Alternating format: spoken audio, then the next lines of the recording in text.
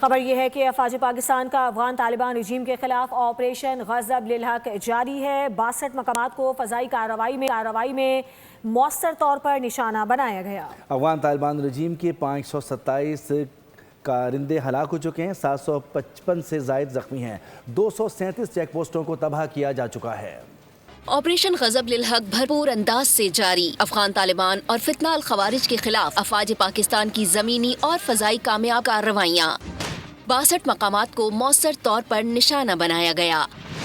افغان طالبان رجیم کے 527 کارندے جہنم واصل، دہشت گردوں کی 237 کمین گاہیں تباہ، 38 چیک پوسٹیں قبضے میں لے لی گئیں، 205 ٹینکس، بختر بند گاڑیاں اور توپیں ناکارہ بنا دیں۔ پاک فوج نے بھاری آرٹلری فائر سے افغان طالبان اور فتنہ الخوارج کی پوسٹوں کو نشانہ بنایا۔ آپریشن غضب للحق اپنے اہداف حاصل ہونے تک جاری رہے گا۔ سبسکرائب کریں اور بیل دبائیں تاکہ کوئی خبر رہ نہ جائے۔